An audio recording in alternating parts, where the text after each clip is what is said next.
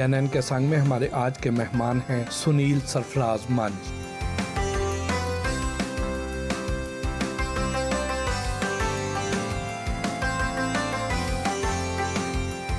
मुलाकात के लिए उनके ऑफिस पहुंचे तो उन्होंने हमारा पुरतपा खैर मकदम किया।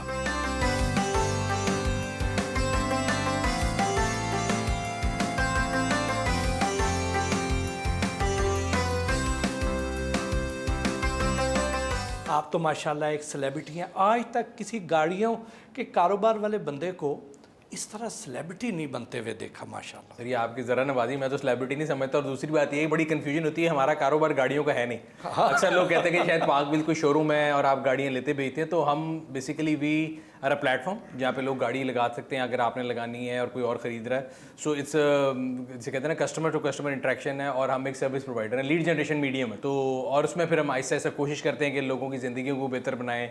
और we have been around for 21 years, तो 21 साल से लोगों की ज़िंदगी आसानी बना रहे हैं, इसलिए उनके प्यार मोहब्बत है जिसकी वजह से लोग प्यार करते हैं। पाकिस्तान में गाड़ी जो है आम आदमी की पहुंच से दिन ब दिन बाहर होती जा रही है, क्या वजह? सर उसकी सबसे बड़ी वजह ये है कि गाड़ी हो या कोई भी चीज़ हो, हम लोग कमाते रुपीज़ में और खर्चते डॉलर्स में। सो गाड़ी है या कोई भी आइटम हम यूज़ करते हैं, कोई भी अशिया हैं, कपड़े पहनते हैं, ज़्यादातर चीज़ें इंपोर्ट होती हैं। सो गाड़ियों का भी मेजर चंक है जो इंपोर्ट हो रहा है, उसके जो पार्ट्स हैं जिसको CKD किट बोलते हैं।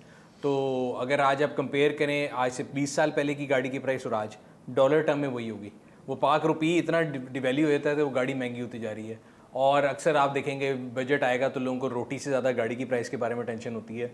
और अनफॉर्चुनेटली मैं हमेशा कहता हूँ मैंने तो कोई इलेक्शन नहीं लड़ना, तो मैं सीधी बात करता हूँ लोगों से कि मतलब एक जो आम वाइट कॉलर बंदा है ना वो 0 मीटर गाड़ी नहीं खरीद सकता। टोयोटा क्रॉस ने भी जो कीमतें कम की हैं, तो क्या बाकी दूसरी गाड़ियों की भी कीमतें कम होने के कोई इम्कान है? बिल्कुल है। देखें सप्लाई डिमांड की स्टोरी, अगर आप आज से 2 साल पहले चले जाएं तो यहाँ पे ऑन होता था मार्केट में और लोग 8-8 महीने वेट करते थे। और मैं तभी सबसे ये कहता था कि गाड़ी के अंदर कोई वेंटिलेटर नहीं लगा हुआ, वेट कर लें। अगर आप पावर शिफ्ट कस्टमर की तरफ ले आएंगे तो मैन्युफैक्चर के पास कोई पावर नहीं रहेगी। आप 2 साल के अंदर देखें तमाम गाड़ियाँ आपको आज हाजिर मिल जाती हैं। अब डिफरेंट कंपनियाँ डिफरेंट डीलें दे रही हैं। क्रॉस ने प्राइस कम की है, डिफरेंट कंपनियां आपको 1.5 साल की किस्तें दे रही हैं बगैर इंटरेस्ट के। तो मार्केट में जो पावर शिफ्ट है या सप्लाई डिमांड का गैप है वो ख़त्म हो चुका है। अब डिमांड कम है, सप्लाई ज़्यादा है और 13 कंपनियां हैं वो कम्पीट कर रही हैं। तो आई थिंक येस डिफरेंट डीलें आपको और भी देखने को मिलेंगी अभी मार्केट में। यानी ये जो इतनी कंपनियां इतने ब्रांड्स आ गए हैं, इसका पाकिस्तानी जो कस्टमर है उनको फ़ायदा होगा? बिल्कुल फ़ायदा। भट्टी साहब देखिए हमने अपनी ज़िंदगी में ऐसी गाड़ियाँ ख़रीदी हैं जिसके अंदर सीट बेल्ट भी आप खुद लगवाते थे, जिसके अंदर लेफ़्ट साइड का शीशा भी आप खुद लगवाते थे, एयर बैग तो ना होने की बात थी। वहाँ से स्टार्ट करके जब 2 या 3 कंपनियाँ थी, आज 13 कंपनियाँ हैं। कंपटीशन की वजह से पैनोरामिक सनरूफ आप समझ लें तकरीबन स्टैंडर्ड हो गया है, डुअल एयर बैग स्टैंडर्ड हो गए हैं। सो कंपटीशन का फ़ायदा ये हुआ है कि आपको ऑप्शन जो पहले याशी के नाम पे दी जाती थी वो अब बेयर मिनिमम नेसेसिटी है। And that's how competition works. ठीक है प्राइस में हमें उतना फ़ायदा नज़र नहीं आता, उसकी अगेन रीज़न ये है कि पाक रुपये डिवैल्यू होता रहता है। लेकिन अगर आप जनरली देखें option wise we are much better off. Honda Civic की भी तो खासी डिमांड कम नहीं हुई, जो अपनी कीमत कम क्यों नहीं? सर जो गाड़ी मार्केट से रियलिटी से दूर है, जो इस ख्याल में है कि जी हमको बड़ी चीज़ है, तो आप देख लें पिछले 2-3 साल के सेल फिगर उठा के देख लें, वो नीचे जा रहे हैं। नए आने वाली कंपनियां ऊपर जा रही हैं। जो कंज्यूमर को समझ रहा है, जो कंज्यूमर को ऑप्शन दे रहा है, उसकी चीज़ बिकेगी। जो अपने जोन में रहेगा कि मैं कोई बड़ी चीज़ हूँ, देखें इस दुनिया में बड़ी बड़ी चीज़ें आई, बड़ी बड़ी चीज़ें चली गई। तो मेरा नहीं ख्याल कि अब ये वो ज़माना रह गया है। अब कंपटीशन का दौर है और उससे हमेशा मैं कहता हूँ कंपटीशन जो है ना that drives things to their best outcome और कंज्यूमर को उसका फ़ायदा हो। ये जो होंडा सिविक है इसके ना चलने की वजह क्या बनी? मेरे ख्याल से उसके ना चलने की वजह ये थी कि वो अपने आप को कंपटीशन के तौर पे देख नहीं रहे कि वो कहाँ पे हैं, उसकी प्राइसिंग कहाँ है। मार्केट SUVs की चल रही है, आप वहाँ पे सेडान उससे महंगी देंगे तो नहीं बिकेगी। और वो आपके सामने आप सेल्स फिगर उठा के देख लें, पामा के फिगर्स आते हैं, कॉन्स्टेंट डिक्लाइन है उसमें और चली जा रहा है। आप तो माशाल्लाह गाड़ियों का एक चलता फिरता विकीपीडिया है, ये शौक कैसे पैदा हुआ? गाड़ियों को शौक साहब मुझे हमेशा मैं कहता हूँ कि इंसान ना कहीं ना कहीं से इनहेरिट करते हैं शौक। मैंने अपने वाले साहब से गाड़ी का शौक जो है ना इनहेरिट किया और मुझे अभी भी याद है जब हम छोटे होते थे तो वो एक ही गाड़ी 3-4 डिफरेंट कलर्स में रखते होते थे। उनको शौक था कि मतलब एक और रखी है तो वो लाल में भी है, वाइट में भी है, ब्लू में भी है, सिविक रखी, तो जिस तरह गाड़ियाँ थी और वो ज़माने में गाड़ी इंपोर्ट करते होते तो उनको बड़ा शौक था। तो आई थिंक मुझे वहाँ से इनहेरिट हुआ और फिर हर लड़के को होता है गाड़ी का शौक। मैं लकी इस तरह हूँ कि वो शौक ही प्रोफेशन बन गया। बड़े कम खुश नसीब लोगों के साथ ऐसे होता है कि जो उनका पैशन होता है, जो शौक होता है, वही उनका सोर्स ऑफ अर्निंग बन जाए। बिल्कुल बिल्कुल सर, मैं कह रहा हूँ आई कांट थैंक इनफ, मतलब अल्लाह का जितना शुक्र अदा करूँ काम में, बिकॉज मैं कई लोगों को देखता हूँ वो लोग पैसे तो कमा रहे होते हैं बट वो रात को जब घर जाते हैं वो थके मरे होते हैं, उनसे कोई बात करो काम के बारे में तो उनको टेंशन रहती है। मैं 24 घंटे जो काम करता हूँ, मैं सुबह उठने से लेकर रात तक जो पूरा दिन गुजारता हूँ वो गाड़ियों के साथ है। सुबह उठ के गाड़ी धो के दफ्तर आनी है, फिर दोपहर पूरा दिन गाड़ियों के रिव्यू बनाने हैं, फिर दोपहर में गाड़ियों के बारे में जो हमारी वेबसाइट है उसकी डिस्कशन करनी है, शाम को फिर वर्कशॉप जाना है। So my whole life revolves around cars. इतनी बड़ी सेलिब्रिटी हो, एक मालदार तरीन शख्स हो, और वो सुबह उठ के अपनी गाड़ियाँ खुद धो रहा हो। बट साहब मैं फिर क्लियर कर रहा हूँ, मैं कोई सेलिब्रिटी नहीं हूँ, मैं आम आदमी हूँ। और यही वजह है कि लोग हमसे मोहब्बत करते हैं, बिकॉज उनको नज़र आता है कि एक तो विद इन रीच है। सेलिब्रिटी वो होता है जिसको आप देखते हैं कि जी आपने मूवी में देखा और वो उसके एक स्टार पावर होती है, आपको एक जोम वो जो है उसके एक ऑरा होता है, उसके बिल्ड के आप उस तक पहुँच नहीं सकते होते। बाकी अगेन जैसे मैंने आपको बताया कि पैशन की बात है, मैं गाड़ी को एज ए ह्यूमन लेता हूँ, कोई भी गाड़ी। सो अगर आपकी कोई गाड़ी मुझे सड़क पे नज़र आएगी और उसका एक जो है मड फ्लैप टूटा होगा या निशान होगा तो मैं आपसे ना 1-2 हफ्ता नोटिस करूंगा, फिर मैं आपको रोक के बोलूँगा भाईजान बेचनी है मुझे दे दें। सो मैं पुरानी गाड़ियाँ इस तरह कलेक्ट करके उनको सही करता हूँ। और सुबह का जो टाइम है ना वो समझ लें कि मेरा एक थेरेपी टाइम है कि मैं गाड़ियों के साथ एटलीस्ट एवरी डे 2 से 3 घंटे में गाड़ियाँ धोता हूँ खुद धोते हैं। तो हर अगले रोज़ की थी तो 5-6-7 रोटेशन में, फिर अगले दिन कोई और धो ली, फिर और धो ली। एक तो आपका गाड़ी के साथ एक जो रोमांस है वो भी चलता रहता है, दूसरा एक्सरसाइज की एक्सरसाइज है, और तीसरा शौक का शौक है। आपके तो ड्राइवर आपसे बड़े कंफर्टेबल होंगे। मैं से ड्राइवर रखता नहीं कोई, अच्छा, खुद गाड़ी चलाता हूँ। और घर में जो बाकी ड्राइवर हैं वो बड़े खुश रहते हैं कि पागल है, वो सवेरे उठता खुद ही लगा रहता है तो वो उनको फ़ायदा रहता है, लेकिन एक तरह से उनको नुकसान भी रहता है, बिकॉज वो जिसकी गाड़ी चलाते हैं वो बाहर रेस होता रहता है कि वो गड्डी साफ़ है तो तेरी वाली क्यों नहीं तो वो उससे परेशान रहते हैं। यानी आप ड्राइवर से ज़्यादा अच्छी गाड़ी चमकाते हैं। सर ये गारंटी, आप कभी चैलेंज करके देखिए। अच्छा, अब ज़रा बचपन की यादें ताज़ा करते हैं। बचपन कहाँ गुजरा, कैसा गुजरा? बचपन सर लाहौर में गुजरा और अल्हम्दुलिल्लाह बड़ा बेहतरीन गुजरा। ज़्यादातर टाइम मॉल टाउन में गुजरा, बिकॉज स्कूल ट्यूशन सब मॉल टाउन में थी, तो मॉल टाउन की गली गली से वाकिफ़ हैं। और लाहौर के जितने पुराने इलाके हैं, बिकॉज मैं लाहौर की जंपल हूँ, तो मतलब अब तो लाहौर बहुत बढ़ गया है। बट मैं अगेन हमेशा से बात करता हूँ, कोई बंदा बाहर से लाहौर से टूरिस्ट आया लाहौर के लिए तो लाहौर के खाने, लाहौर की जगहें, वो सारी ज़बानी याद हैं। उसके बाद गवर्नमेंट कॉलेज जाना हुआ, सो गवर्नमेंट कॉलेज की वजह से भी जितना वहाँ का अंदरून शहर का खाने थे वो सारे याद हो गए। सो इस तरह वो घूमते घूमते फिर एंड पे BSc के लिए लम्स गया, MBA भी लम्स से किया, तो घूमते घूमते लाहौर के डिफरेंट इलाकों में पहुंच गए यार। बचपन में शरारती थे या खामोश तबाह? सारे बहुत शरारती थे। हमारा जो स्कूल है वो भी जनरली ऐसा था कि बहुत ज़्यादा शरारती लोग सारे थे वहाँ पे। एक इंक्लूसिव किस्म का स्कूल था, और अब तो स्कूलों की रेस ही होती है कि जिसकी फ़ीस ज़्यादा होगी वो ज़्यादा अच्छी होगी। मैं स्कूल की एक दिन फ़ीस कैलकुलेट कर रहा था सर, मैं अपनी वालदा को तंग कर रहा था कि नर्सरी से लेके मैट्रिक तक की टोटल मेरी जो फ़ीस मिला के वो मेरा ख्याल है 12,000 रुपये बनती मैं कहीं तुसी कहते बड़ा खर्चा कीता तो 12,000 रुपये में मैंने टोटल स्कूलिंग की। तो हमारा स्कूल तो सर टाटो वाला था, 6ठी क्लास तक कोई अंग्रेज़ी नहीं थी, रियाजी पढ़ते थे, माशरती इल्म पढ़ते थे, इस्लामियात पढ़ते थे। उन जोग्राफ़ी आ गई है, इस्लामिक स्टडीज़ आ गई, वो चीज़ें चेंज हो गई हैं बहुत ज़्यादा। पहली बार गाड़ी किस उम्र में ड्राइव की? बड़े गलत प्रेसिडेंस है, पहली बार गाड़ी किस उम्र में ड्राइव की। अब मैं हर एक को तकरीर करता हूँ, 18 से कम नहीं करनी चाहिए, लेकिन मैंने अपनी पहली गाड़ी ली थी जी मेरा ख्याल है मैं था 16 साल। उससे पहले जब गाड़ी सीखी थी चोरी चलाते थे? नहीं, उसी पे सीखी। हमारे यहाँ जनरली मैंने एक चीज़ सीखी है कि जब आप बच्चों से कोई चीज़ छुपाते हैं ना, या कोई चीज़ आप उनको प्रोवाइड नहीं करते या उस पर पाबंदी लगाते हैं, तो फिर वो जनरली उसको चोरी करके करते हैं। तो मेरे वाले साहब ने कभी किसी चीज़ से मना नहीं किया। हम अक्सर सुनते थे ये फ़लाने के घर फ़लाने की गाड़ी कोई नहीं हाथ लगा सकता। हमारे घर ऐसा कोई रूल नहीं था, जौन सी गाड़ी मर्जी दिल करे चला सकते हैं आप, लेकिन जब आपकी उम्र। मैंने पहली गाड़ी जो अपनी ख़रीदी थी उसी के ऊपर गाड़ी चलाना सीखी, बहुत दफ़ा मारी। मतलब गवर्नमेंट कॉलेज जाता था तो मैं ये कहता था कि रोज़ माल रोड पे विदाउट एनी एक्सक्यूज एक्सीडेंट होता था, मैं आगे बताता अगला गलत है मेरे वाले साहब कहते यार तू कभी गलत क्यों नहीं होता। बट वो 2 साल मार मार के गाड़ी सीख ली अल्हम्दुलिल्लाह। उसके बाद मेरा ख्याल है कभी ज़िंदगी में कोई एक्सीडेंट नहीं किया। अब आपके पास यूरोप का भी ड्राइविंग लाइसेंस है? ड्राइविंग लाइसेंस नहीं, पाकिस्तान का इंटरनेशनल बनवाया हुआ है, वो दुनिया में हर जगह चल जाता है। बिकॉज मैं पाकिस्तान से ज़्यादा 1 हफ्ते ज़्यादा दूर नहीं रहता, तो कहीं बाहर भी जाऊँ तो उस पर वो ड्राइविंग लाइसेंस वैलिड है इंटरनेशनल, और अल्हम्दुलिल्लाह चलाता हर जगह खुद हूँ। आपने सारी उम्र खुद अपना CV नहीं कभी बनाया, क्योंकि आपने शुरू से ही सोच रखा था कि मैंने जॉब नहीं करनी? बट साहब मैं बड़ा रियलिस्टिक आदमी हूँ। मैं कहता हूँ कि इंसान को ना सेल्फ एनालिसिस करना चाहिए, और हमारी आधी कौम जो है ना वो गलत इसलिए जा रही है क्योंकि वो अपने आप को ओवर एस्टिमेट करते हैं। मैंने ज़िंदगी में कभी अपने आप को ओवर एस्टिमेट नहीं किया, तो कई लोगों को लगता है कि शायद ये गरूर की वजह से कभी नहीं बनाया। एग्जैक्टली ऑपोजिट स्टोरी है। जब हम लम्स में पढ़ रहे थे ना, तो समर में डिफरेंट बड़ी बड़ी कंपनी आती थी, वो लोगों के इंटरव्यू लेते थे, फिर उनको कहते थे आपको इंटर्नशिप ऑफर करेंगे, फिर आपको जॉब करेंगे, मतलब सिटी बैंक्स और PNGs जितने भी हैं। सो उसमें हमारे जितने क्लास फेल हैं वो सारे टाई शाई लगा के जाते थे। तो हमारा बैच था अराउंड 110 लोगों का BSc का। तो उसमें से उन्होंने 30 या 35 लोग लेने होते थे। तो मुझे अपनी औकात का बिल्कुल अंदाज़ा था कि मैं उन 30-35 में नहीं आ सकता, तो मैंने कभी कोशिश ही नहीं की, ना मैं कभी उस इंटरव्यू में गया। लेकिन जब हमारा 3rd ईयर आया और 4th ईयर में ग्रेजुएट करना था, तो मैंने सोचा कि यार फ़लाने ने फ़लानी जगह इंटर्नशिप कर ली, फ़लाने ने फ़लानी, उसको जॉब ऑफ़र आ गई, मैं कहाँ स्टैंड करता हूँ। तो मैंने रियलाइज़ किया कि मुझे कभी भी कोई बंदा जॉब ऑफ़र नहीं करेगा। मुझे बड़ी सेल्फ रियलाइजेशन थी। पार्शली बिकॉज मैं वो टाई सूट लगा के नहीं जा सकता, सेकेंडली मैं वो अंग्रेज़ी बोलने वालों में से नहीं हूँ, थर्डली मुझे लगता था कि मेरी एक नेचर है कि मैं बड़ा आज़ाद पसंद आदमी हूँ, मैं ये 9 से 5 वाला काम नहीं कर सकता। तो मुझे उस रियलाइजेशन से फिर मुझे रियलाइज़ हुआ कि यार बजाय इसके कि एक दीवार है और मैंने उसमें जाके लगना है और आखिरी चौथे साल में जब अनएम्प्लॉयड होऊंगा, तो उससे बेहतर है कि मैं कुछ सोचूं अपने बारे में।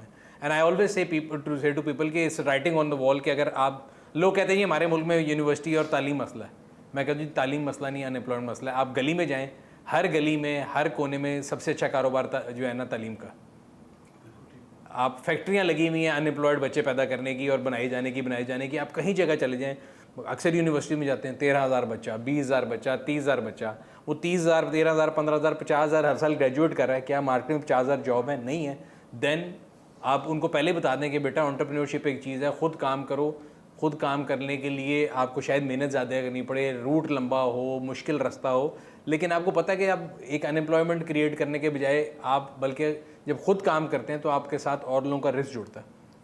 तो ये रीज़न है कि मैंने ज़िंदगी में कभी CV नहीं बनाया। पाक व्हील्स का आइडिया कैसे आया? पाक व्हील्स का आइडिया भी सर अगेन, मैंने अगर सियासतदान बना तो मैं कहूँ जी मैं एक दिन सोया हुआ था, मेरी नींद में आया और मैंने कमाल कर दिया, ऐसा कुछ नहीं था। सो हनीफ भट्टी साहब हमारे को फाउंडर हैं, उन्होंने इस्लाम कराची में होते हैं। हनीफ भट्टी साहब ने 2003 में पाक व्हील्स शुरू किया, हम उनके साथ मेंबर से पाक व्हील्स के। आहिस्ता आहिस्ता 2008 में हमने उनसे कहा कि जी उनका इंटरेस्ट कम था, हमारा ज़्यादा था, हमने मेजॉरिटी शेयर्स ले लिए, मैंने और रज़ा ने, और वहाँ से हमने फिर इसमें डिफरेंट ऑप्शन डालने शुरू की। रज़ा जो है उसका IT का बैकग्राउंड था, मुझे गाड़ियों का शौक़ था, तो ऐसे हम एक दिन बैठे हुए थे तो मैंने उसे कहा यार उसने कहा यार पाकिस्तान में ना IT बहुत ग्रो करेगी। ये बात है 2003-04 की। तब पाकिस्तान में आपको पता डायल अप होता था, फ़ोन के अंदर इंटरनेट की कॉन्सेप्ट नहीं था। तो मैंने कहा यार मुझे तो इंटरनेट कुछ समझ नहीं था, मुझे तो सिर्फ गाड़ियों को समझ आता है और मुझे कोई चीज़ समझ नहीं थी। उसने कहा यार why don't we start something जो कि गाड़ियों और इंटरनेट को मिला दे। So that's how PakWheels started. और इनिशियली हम एक प्लेटफॉर्म थे, पाकिस्तान का पहला सोशल मीडिया प्लेटफॉर्म था, इससे पहले कोई सोशल मीडिया एग्जिस्ट नहीं करता था। तो by virtue of being the first mover advantage हमें मिला। मार्केट में बहुत ज़्यादा गैप था, लोगों को बहुत एक जिसे कहते हैं ना एक खला था जिसको पूरा करना चाहते थे। हर लोग जो है ना गाड़ी के बारे में डिस्कशन भी करना चाहते थे, वो स्टार्ट किया। फिर आहिस्ता आहिस्ता पहली बारी किसी एक मेंबर ने कहा जी मैं अपनी गाड़ी बेचना चाहता हूँ, वो 2-3 घंटे के अंदर बिक गई। तो हमने कहा यार why not try online classified. पहले तो आपके सामने अखबारों में ऐड होते थे, मालिक मुल्क से बाहर जा रहे हैं, आर्मी अफसर के इस्तेमाल, वो 3-4 चीज़ें थी जो कुछ कम्युनिकेट नहीं करती थी। So by virtue of being superior online classified एकदम बहुत ज़्यादा हिट हुए। और आज आप देख लें कि शिफ्ट कैसा है कि आप अखबार खोलें तो 4 ऐड होंगे, पाक व्हील्स पे 80,000 गाड़ी लगी हुई है। तो विद टाइम वो चीज़ें हम उसमें ऐड करते रहे, इंस्पेक्शन सर्विस ऐड की, ई-कॉमर्स ऑफ पार्ट, जो लोगों का पेन पॉइंट था वो हमने उसको एड्रेस करने की कोशिश की है। और अल्हम्दुलिल्लाह 21 साल हो गए। लोगों को लगता है कि शायद ओवरनाइट सक्सेस है, तो ओवरनाइट कोई नहीं सर, 21 साल से लगे। इस मकाम तक पहुंचने में कितनी मुश्किलात का सामना करना पड़ा? बट सर मुश्किलात तो बहुत हैं, क्योंकि पाकिस्तान में अगर आप कोई भी काम शुरू करना चाहते हैं तो अल्हम्दुलिल्लाह आपको पता लगेगा कि ऐसे कई इदारे मौजूद हैं जो कि आपको रोकने की कोशिश करेंगे। जब आपको फैसिलिटेट करना चाहिए, दुनिया में उल्टा है। दुनिया में लोग कहते हैं जी स्टार्टअप जो है, अब अगर आज आप कहीं भी जाएँ तो वो कहते हैं जी स्टार्टअप जो है वो दुनिया में तरक्की करेंगे, दुनिया को लेके जाएंगे। हमारे मुल्क में टैक्स हो जाए, कोई भी गवर्नमेंट की पॉलिसी हो जाए, वो सब रिग्रेसिव हैं, वो सब आपको नीचे खींचने के ऊपर लगे हुए हैं। जब आप ऊपर चले जाएंगे तो सारे कहेंगे कि साड़ा भी हिस्सा सीखा, वो यानी 10 से रोकन सीखा। तो वो जो है इसलिए बड़ा मुश्किल जर्नी है, नॉट ईजी। और इसमें मेरा ख्याल है 2-3 चीज़ें बड़ी इंपॉर्टेंट है। कोई भी अगर एस्पायरिंग एंटरप्रेन्योर है तो there are no free lunches, hard work की कोई रिप्लेसमेंट नहीं है, कंसिस्टेंसी आपको चाहिए। और आपको ये बड़ा क्लियरली मैं बता दूं कि आपको एक सोर्स ऑफ इनकम पे आप रिलाई नहीं करते, आपको मल्टीपल जगह काम करने पड़ते हैं। और उस हार्डवर्क का मतलब ये है, मैं हर एक को एग्जांपल देता हूँ कि मैंने 2012 के बाद कोई संडे भी ऑफ नहीं लिया। सो बीन 12 साल हो चुके हैं, कोई हॉलीडे नहीं है, कोई संडे ऑफ नहीं है। आप 7 दिन हफ्ते में काम करेंगे तब काम चलेगा। गोश्त का कारोबार भी आपने किया? जी सर। और क्या क्या कारोबार करते हैं? काफ़ी काम किया सर। मैंने सबसे पहले मुझे याद है कि क्योंकि पाक व्हील्स जब हो रहा था तो पाक wheels until 2021 was not in green, it was not making any profit. तो आपको घर का किचन भी चलाना है, अपने खर्चे भी चलाने हैं, तो उसके लिए आप मल्टीपल काम करते हैं। फैमिली का बिजनेस है, इलेक्ट्रॉनिक्स का, इंपोर्ट का, वो भी किया।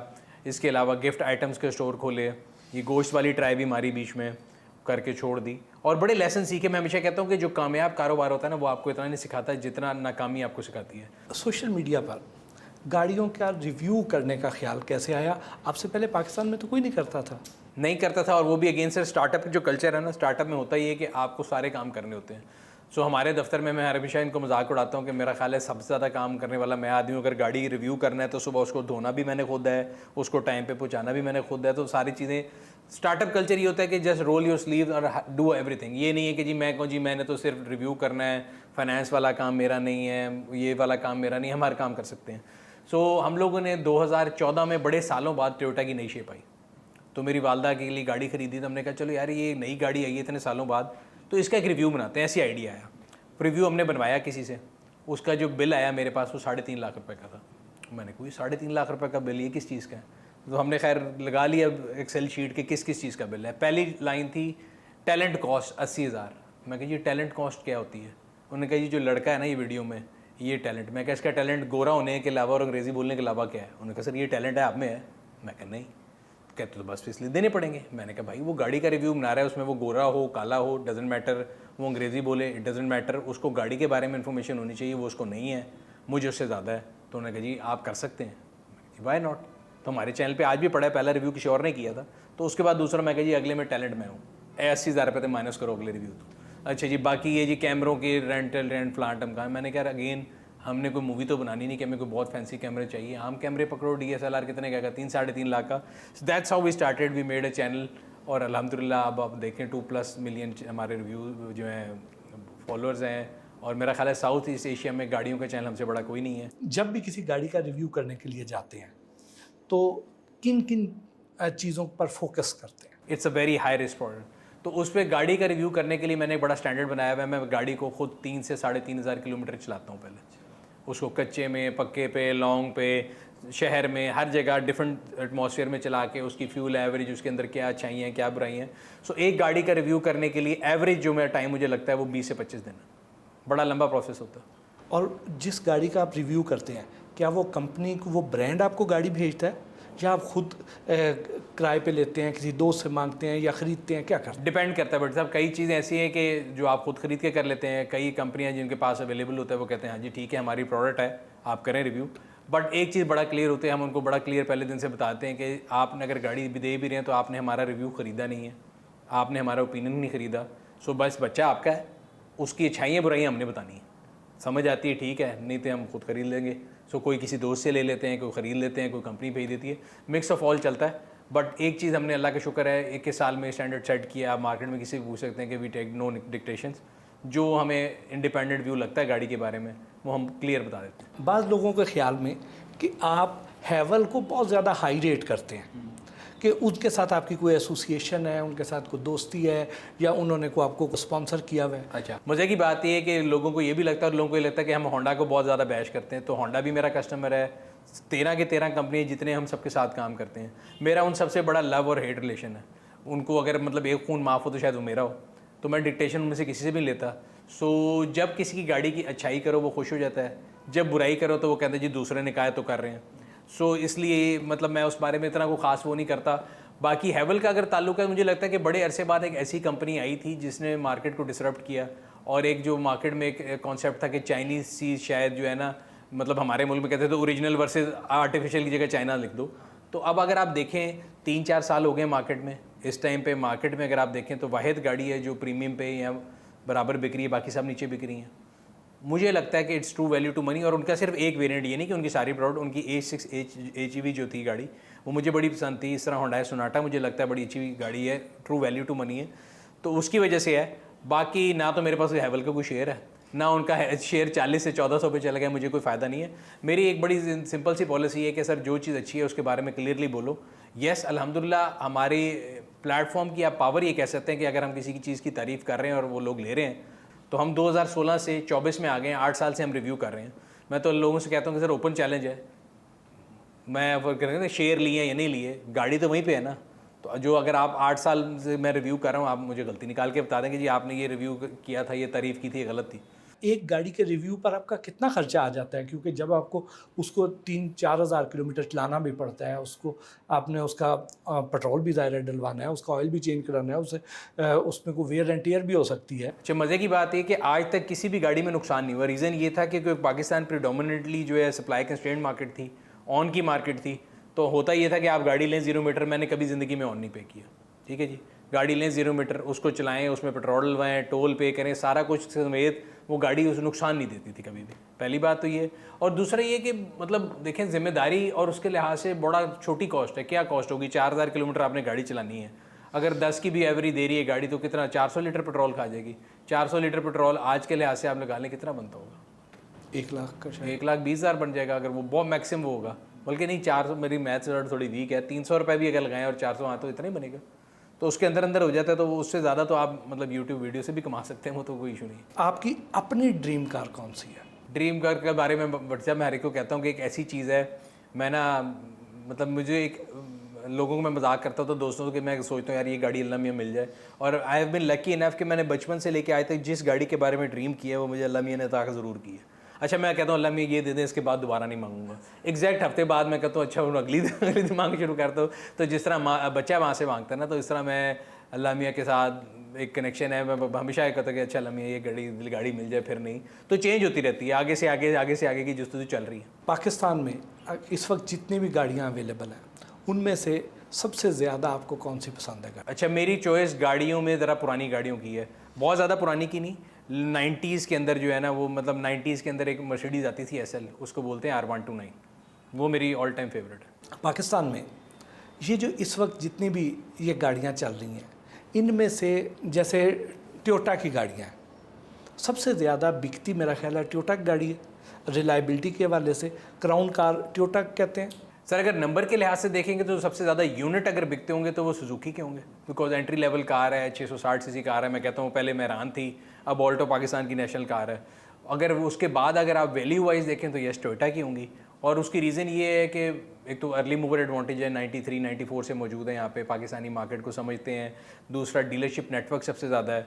सो अगर आप कहीं भी गाड़ी लेके जाते हैं और ख़राब हो जाती है तो सबसे क्लोजेस्ट डीलर टोयोटा का है। पार्ट्स की अवेलेबिलिटी है, मैकेनिक बहुत ज़्यादा समझते हैं। तो ये सारी चीज़ें मिलके मेरा ख्याल है, वो कहते हैं ना कि you can not go wrong buying with Toyota. तो पाकिस्तान में वो इस तरह से ट्रू है। लेकिन अब नए एंट्रेंट्स ने आहिस्ता आहिस्ता जगह बनाना शुरू कर दी है। और अगेन मैं कहता हूँ अच्छी बात है कि कंपटीशन लोगों को चैलेंज कर रहा है, ऑप्शन ऐड कर रहा है, और डिफरेंट पुरानी कंपनियाँ जो पहले थोड़ी कंप्लेसेंट हो गई थी उनको भी मौका मिल रहा है कि दोबारा उठें। एक दौर था कि हमारा जो एक तासुर था कि जो जापानीज़ ब्रांड हैं ये सबसे अच्छे हैं, जी जी, और उसमें कोरियन आए, उनको उतना पसंद नहीं किया गया जितना जापानीज़ को किया गया। और अब चाइनीज़ जो हैं वो अब मार्केट में आ गए। तो आप चाइनीज़ गाड़ियों का मुस्तकबिल कैसा देखते? अच्छा, गाड़ियों की अगर हम हिस्ट्री पढ़ें ना, सबसे पहले अमेरिकन कहते थे गाड़ी हमारे अलावा कोई नहीं बना सकता। वो जापानियों को लुक डाउन करते थे कि ये फीमची कौम है, ये गाड़ी बनाएगी। फिर एक दौर आया कि जापान ने रूल किया। फिर जापान से जब कोरिया पे गया तो जापानीज़ ने कहा जी हमारे अलावा गाड़ी कोई नहीं बना सकता। कोरियन ने लेफ्ट राइट सेंटर उनको मारा क्योंकि वो सस्ती थी। अब जो दौर आ रहा है ख़ास तौर पे इलेक्ट्रिक की तरफ अगर हम जाएँ तो इलेक्ट्रिक के अंदर चाइना ने अपनी सुपरमेसी बना ली हुई है। Largest producer of cars in world China है, और उसमें भी क्लासेस हैं। पहले था कि जी बहुत सस्ती और हल्की गाड़ी होगा। अब अगर आप देखें तो बहुत सी दुनिया की अच्छी अच्छी गाड़ियाँ जो हैं, या टेक्नोलॉजी की जो चीज़ें हैं वो बनती चाइना में, डिज़ाइन कहीं और होती हैं। तो उन्होंने उनके भी ऑटो मैन्युफैक्चरर्स ने सीख लिया, वो डिज़ाइन करा रहे हैं। कोई ऑडी के डिज़ाइनर से करा रहा है, वो किसी और से करा रहा है। तो they are coming big time now. यानी आप जो चाइनीज़ गाड़ियाँ हैं, अगर कोई बायर उन्हें लेना चाहता है तो वो बेफिक्र होकर ले सकता है? डिपेंड करता है कि आप चाइनीज़ गाड़ी कौन सा ब्रांड ले रहे हैं, कौन सा ग्रुप ले रहे हैं, उसके पीछे डिज़ाइनर कौन सा है, टेक्नोलॉजी कौन सी है। सो यस, अभी भी उनके पास ऐसी प्रोडक्ट मौजूद हैं जो बड़ी हल्की क्वालिटी की हैं और प्रीमियम की भी हैं। तो वो उर्दू में कहते हैं ना, जितना गुड़ पाओ गुना मीठा हो जाएगा, पंजाबी में कहते हैं, उर्दू में कह रहा हूँ। तो वो जो है आप उसमें आपको हर किस्म की क्लास मिल सकती है। बट हैविंग सेड दैट, मेरे ख्याल से चाइना ने एक बहुत, जिसे कहते हैं ना, इम्प्रूव किया ओवर द ईयर्स, और आने वाले सालों में वो मार्केट को बहुत डिस्टर्ब करेंगे। एकदम यहाँ पे जो SUVs की भरमार हो गई, इससे पहले लोग सीडान लेते थे सर, इसकी कामयाबी के पीछे क्या फैक्टर्स थे? ये एक ग्लोबल ट्रेंड है। अगर आप ग्लोबली देखें ना तो पहले लोग सेडान पसंद करते थे, फिर एक क्रॉसओवर की मार्केट आना शुरू हुई। पाकिस्तान को तो बहुत एंड पे आता है। तो दुनिया में अगर आप देखें, यूरोप के अंदर, जर्मनी के अंदर, दुबई के अंदर, हमारा ट्रेंड ज़्यादातर हम लोग UAE को फॉलो कर रहे होते हैं। तो उन सब में भी अगर आप देखें ग्लोबली एक डिमांड जो है ना SUV की ज़रूर शुरू की थी। और पाकिस्तानी मार्केट में भी जब नए एंट्रेंट आए तो उन्होंने देखा कि यार सबसे ज़्यादा गैप इस मार्केट में है, तो हर कंपनी ने सबसे पहले एसयूवी लॉन्च की। लोग कहते हैं जी नीचे वाली जो है मार्केट 660 में कोई क्यों नहीं आ रहा, तो मैं हमेशा समझाता हूँ कि ये कंपनियाँ एनजीओज़ नहीं हैं, उनको प्रॉफिट बनाना है। उनको जहाँ ज़्यादा डिमांड नज़र आएगी, जहाँ प्रॉफिटेबिलिटी ज़्यादा होगी, जहाँ कंज्यूमर के पास बाइंग पावर ज़्यादा होगी, वो वहाँ पे लॉन्च करेंगे। और सब ने इसीलिए आप देखें तो क्रॉस ओवर मार्केट को हिट किया सबने। पाकिस्तान में इस पूरे खित्ते की निस्बत सबसे ज़्यादा महंगी गाड़ियाँ क्यों हैं? सर बिल वास्ता और बिला वास्ता सबसे ज़्यादा टैक्स भी इस खिते में ही है। सो अगर आप आज गाड़ी पाकिस्तान में बना रहे हैं, जो सीकेडी गाड़ियाँ जिनको बनाते हैं, हम कंपनियों को बड़ा बुरा भला कहते हैं, तो आज 100 रुपये की गाड़ी में 52 रुपये टैक्स है।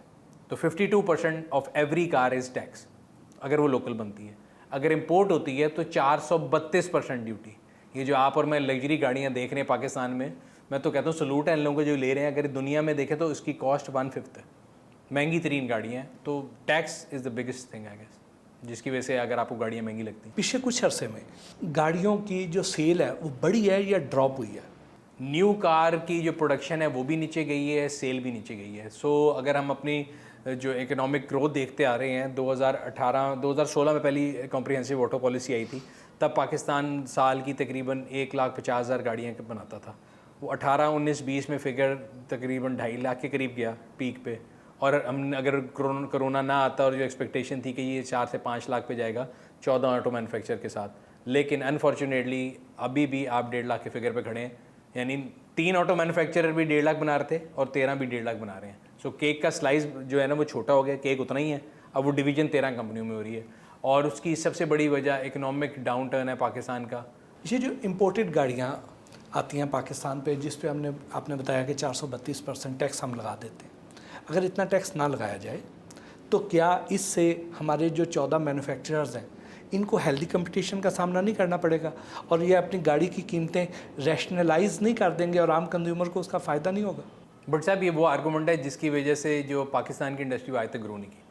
अगर आप 90s में कंपेयर करें, हमारा जो हमसाया मुल्क है, हम कीमतें उनसे बहुत ज़्यादा कंपेयर करते हैं, तो उनके पास बहुत छोटी छोटी गाड़ियाँ थी, हमारे पास बड़ी बड़ी गाड़ियाँ थी। कभी BMWs आ रही हैं रेडको के थ्रू, तो कभी शाहनवाज के थ्रू मर्सिडीज़ आ रही हैं। उनके पास सिर्फ वो एक ही गाड़ी होती थी, छोटी सी साबुनदानी टाइप थी। ठीक है, उन्होंने क्या किया, उन्होंने अपनी इकोनॉमी को क्लोज़ कर दिया। उन्होंने कहा जिसने आना है वो इधर बनाएगा, वरना नहीं बनाएगा।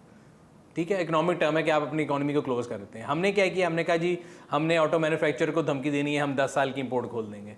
फलाना आया, उसको रेफरेंडम में वोट चाहिए, उसने कहा जी 15 साल की खोल दो। कोई कहता 3 साल की, कोई 4 साल की। सो एक ऐसा सीसो है जिसकी वजह से ऑटो मैन्युफैक्चरर को हमेशा बहाना मिल जाता है। वो अंग्रेजी में कहते हैं इन्फेंट इंडस्ट्री आर्गूमेंट। ये ऐसा इन्फेंट है जो कभी बड़ा नहीं हुआ। रीज़न वो कहते हैं जी आपने हमारे लिए कभी पॉलिसी सेम रखी नहीं। कभी आप 10 साल की इंपोर्ट खोलते हैं हमें डराने के लिए, कभी आप 15 साल की खोल देते हैं, कभी आप 3 साल की खोलते हैं, कभी आप 5 साल की, जिसकी वजह से हमारी इंडस्ट्री ग्रो नहीं की। क्या ये सच है कि पोर्शे ने पाकिस्तान को ब्लैकलिस्ट कर दिया? पोर्शे अब पाकिस्तान में गाड़ियाँ जो है नहीं बेचेगा? सर ये जितनी मल्टी जो है ना इंपोर्टेड कंपनी होती हैं बहुत सियाने होते हैं। सो पोर्श जब पाकिस्तान में परफॉर्म कर रहा था तब उन्होंने कहा जी हमारा है। जब वो हालात ख़राब हुए, जब उनको लोगों ने ईमेल लिखी, उन्होंने कहा हम तो पहचानते नहीं है कौन है। सिमिलरली अभी हमारे एक दोस्त हैं, उन्होंने जो ऑडी एक बुक कराई, वो लेट हो रही थी, उन्होंने ऑडी इंटरनेशनल को ईमेल लिखा, उन्होंने कहा जी हम इनको नहीं जानते। तो ये हमारे डीलर नहीं है, ये रीसेलर्स हैं। तो रीसेलर्स का क्या मतलब, जो लेके रीसेल करता है, तो मैं और आप भी कर सकते हैं। तो अनफॉर्चुनेटली जितने भी बड़े ब्रांड हैं वो यहाँ से प्रॉफिट लेके जाते हैं, लेकिन जब कोई जिम्मेदारी की बारी आती है तो वो यहाँ पे हाथ नहीं पकड़ाते। तो ये एक पॉलिसी लूप होल है कि आप जितनी बड़ी मर्जी इंपोर्टेड कंपनी लेके आएँ, लोगों से पैसा लें, लेके चले जाएँ, कोई पूछने वाला नहीं। पाकिस्तान में हमें जगह जगह पे, हर सड़क पे इतनी इतनी बड़ी गाड़ियाँ, लैंड क्रूजर, प्राडो ये नज़र आती हैं। इनको पाकिस्तान में क्यों नहीं बनाते जी? वॉल्यूम बहुत कम है सर। देखिए जो हमारे यहाँ वेल्थ है ना वो कंसनट्रेटेड है बहुत कम लोगों के हाथ में। सो जो पैसा है वो चंद हाथों में है, वॉल्यूम उतना ज़्यादा नहीं है। सो अगर लैंड क्रूज़र हम एग्जांपल बात कर लें, 6-7-8 करोड़ रुपए की लैंड क्रूज़र है, वो यहाँ पे अगर बनाने के लिए नंबर्स जितने चाहिए होंगे उतने लोग नहीं लेने वाले। बहुत लिमिटेड लोग हैं, वो इंपोर्ट कर लेते हैं, उनको 400% ड्यूटी भी कुछ नहीं कहती। तो इस वजह से मेरा नहीं ख्याल कि हमारे यहाँ पे ऐसे नंबर्स मौजूद हैं जिससे आप प्रोडक्शन इतनी जस्टिफाई कर सकें। एक आम आदमी की पहुंच में कौन सी गाड़ी है जी? आम आदमी की पहुंच में नई गाड़ी तो कोई नहीं है, क्योंकि एक नौकरी पेशा आदमी आज 660 सीसी गाड़ी जो है 30 लाख की वो भी नहीं ले सकता।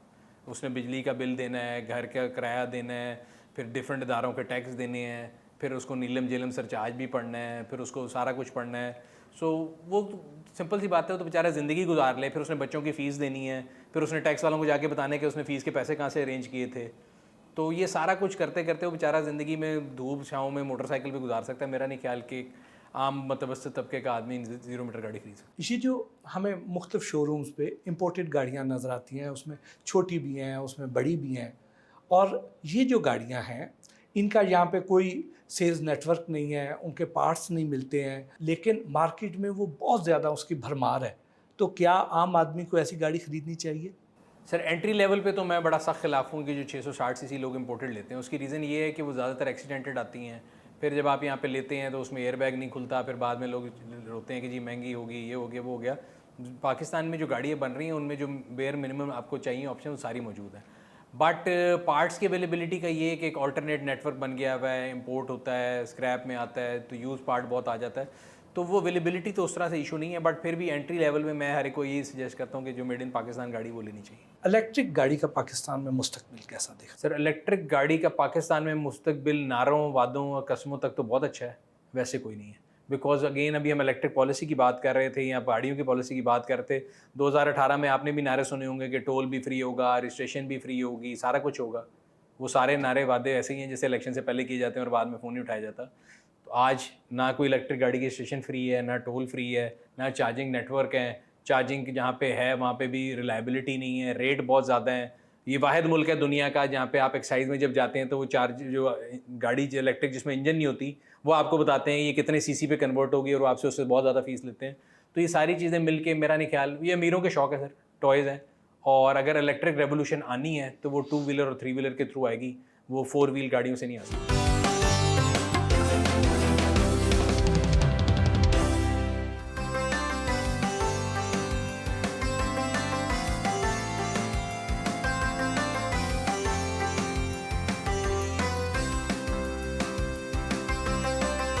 तो किसी भी मल्टीनेशनल कंपनी की तरह हमने यहाँ पे कोशिश यही की है कि एक सेठ कंपनी ना हो। कल्चर ये है कि जो बंदा कंपनी में है वो अपनी इनपुट दे और एक आज़ादाना ख्याल से कंपनी आगे चले। सो डिफरेंट आपको यहाँ पे जगह नजर आएंगी, मीटिंग रूम है, इस तरह HR है, फाइनेंस है, फिर हमारा अपना जो कॉल सेंटर है इन हाउस है। सो आप पार्क व्हील पर अगर जाते हैं, आप गाड़ी का ऐड लगाते हैं, उसके अंदर डिफरेंट काम है जो आप करा सकते हैं। ये हमारा कॉल सेंटर है जहाँ पे डिफरेंट हमारे जो सेल्स एजेंट हैं वो डिफरेंट कामों के लिए आपको यहाँ पे कॉल कर रहे हैं, चेक कर रहे हैं। तो यहाँ पे एजेंट्स जो हैं 24/7 काम कर रहा है कॉल सेंटर पूरा, जिसमें आपकी इंस्पेक्शन सर्विस आ गई, आप लोगों की कोई भी हमारी सर्विसेज अगर जो है आप ले रहे हैं उसके लिए कॉल सेंटर जो है वो 24 घंटे चल रहा है यहाँ से। नहीं अल्हम्दुलिल्लाह हमारा सारा इन हाउस है, कोई भी चीज़ जो है बाहर से वो सोर्स नहीं की हुई।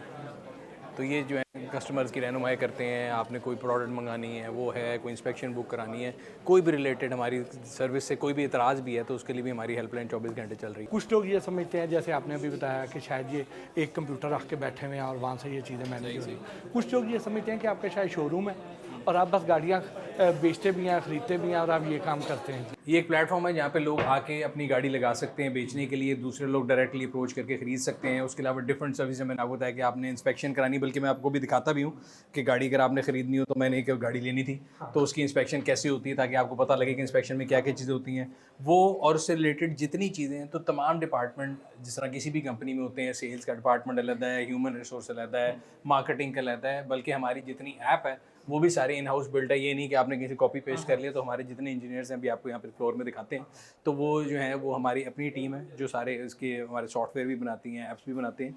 और यहाँ पे हमारे डिफरेंट मैनेजर्स वगैरह आपको नजर आएंगे जो बैठे हुए हैं, अभी काम कर रहे हैं, लोगों से अपनी इंटरेक्शन जो एवरी डे में कर रहे हैं। इसके अलावा एक और भी जो है डिपार्टमेंट जिसमें हमारी इन हाउस अपनी इंजीनियरिंग टीम है पूरी, वो अपनी मार्केटिंग टीम जो आप हमारी वीडियोज़ देखते हैं, वो पूरा हमारा स्टूडियो है ऊपर, वो भी आपको दिखाते हैं। कितनी बड़ी टीम है आपकी?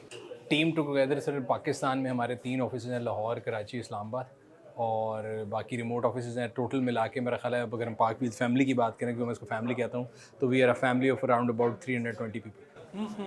तो जो मिल के कोशिश ये कर रहे हैं कि जो लोगों को लगता है एक कंप्यूटर, उसके पीछे 320 लोग हैं जो डिफरेंट डिपार्टमेंट में इन चीज़ों को, क्योंकि हम ऑटो शोज़ करते हैं, पाकिस्तान के सबसे बड़े मेलास करते हैं, उसके लिए पूरा हमारा एक इवेंट डिपार्टमेंट है। तो ये सारे डिपार्टमेंट मिल के एक दूसरे कोऑर्डिनेशन में काम करते हैं कि ये हमने इसे रिडू करना है, और बाकायदा प्लानिंग करके फिर उसको बैकवर्ड काम करते हैं। वाह।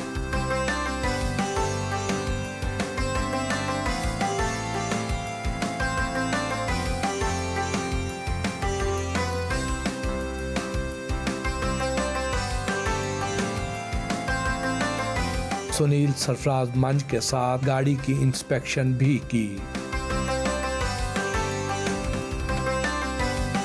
दिया। सर 200 पॉइंट्स पे होता है हाँ, और इसमें कोई इम्प्योरिटी नहीं होती, बिल्कुल खालिस, वाह आपकी जुबान में बता। वाह वाह। ठीक है ना? इसमें basic age is various basis पे होती है गाड़ी इंस्पेक्ट। 200 पॉइंट्स पे होते हैं जो क्रूशल पॉइंट्स हैं। हाँ। इसको हमने बहुत ज़्यादा इसके एक्सपेरिमेंट करके रिसर्च करके बनाया है। जापानीज़ मार्केट को, यूके मार्केट को, यूएस मार्केट को सामने रखते हुए इंस्पेक्शन बनाई है। तो 200 पॉइंट्स पे होती है, उस पर आपको बॉडी का, इंजन का जो भी कंडीशन आपकी गाड़ी एज इज वेरियस बेसिस पे है मौजूदा हालत में, वो आपको बता दी जाती है। बहुत डिटेल्ड इसकी कंप्यूटर की रिपोर्ट होती है, आपको इलेक्ट्रॉनिकली आती है।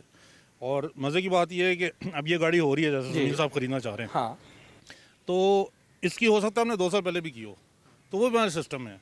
तो इस तरह लाखों रिपोर्ट्स हमारे सिस्टम में मौजूद हैं, तो आप वेरीफाई भी करा सकते हैं हमसे कि ये अब होगी, तो इसको हम कंपेयर कर सकते हैं पुरानी रिपोर्ट से। तो अब होगा ये भी, जितनी देर में हम जा रहे हैं हम पहुंचेंगे, हमें सामने व्हाट्सएप भी आ जाएगा, हम आपको दिखा भी दूंगा कि इसकी क्या क्या चीज़ें पता लगी हैं, और ऑन द गो मैं और आप मिलकर डिसाइड हमें करेंगे। रिपोर्ट दिखाइएगा एक सैंपल के तौर पे। वैसे सैंपल रिपोर्ट ही आपको दिखाएंगे। दिखाएं। ये सैंपल ये पूरी आती है विद इमेजेस एंड एवरीथिंग। जिसमें आप जब गाड़ी ले रहे हैं ना, तो देखिए सबसे इंपॉर्टेंट लोगों को पेंट का होता है, तो ये आपको बता देगा कि कहाँ पे निशान है, कहाँ पे पेंट है, कहाँ पे नहीं है, एक्सीडेंट चेक है, एक्सीडेंट है कि नहीं है। फिर गाड़ी के जितने कंपोनेंट है, ये इसमें लीकेज लिखा हुआ है, तो आप इस पर क्लिक करेंगे तो वो आपको इंजन की लीकेज की तस्वीर भी दिखा देगा। अगर सुनील साहब कह रहे हैं कि मेरी गाड़ी से लीकेज नहीं हो, तस्वीर ही सबूत मौजूद है। वाह। तो इस तरह 200 पॉइंट के ऊपर आप गाड़ी लेते हुए कंप्लीट चेकअप कर सकते हैं। जहाँ जहाँ लाल फ्लैग है ना, वहाँ लाल आपको परेशानी, ये लाल हमें लिखा नजर आ रहा है। तो इस तरह आपको पता होगा कि आप जब गाड़ी ले रहे हैं तो आप अपने पैसे जहाँ लगा रहे हैं वो ज़ाया होने वाली जगह नहीं है। और एंड पे उसकी पूरी डिटेल रिपोर्ट, उसकी तस्वीरें जो सारी उस दिन की होंगी, और एंड पे जो इंस्पेक्टर के नोट भी होगा कि अगर उसको कोई इसमें चीज़ कहनी है, तो सारा आप इन्फॉर्म डिसीजन ले लेते हैं। और एंड पे पार्कफील्ड में सबसे जो बड़ी चीज़ काउंट करते हैं हम लोग, वो इंटेग्रिटी है। हाँ, टोटली अनबाइस्ड, ना सेलर की ना बायर की, जो जैसा है वैसा हम शो कर देते हैं। उसमें कुछ नाराज़ भी होते हैं लोग, ऐसी बात है। और इसके क्या चार्जेस होते हैं इंस्पेक्शन करने के? सर ये डिपेंड करता है गाड़ी के साइज से, ये 4000 से लेके 9000 तक होते हैं।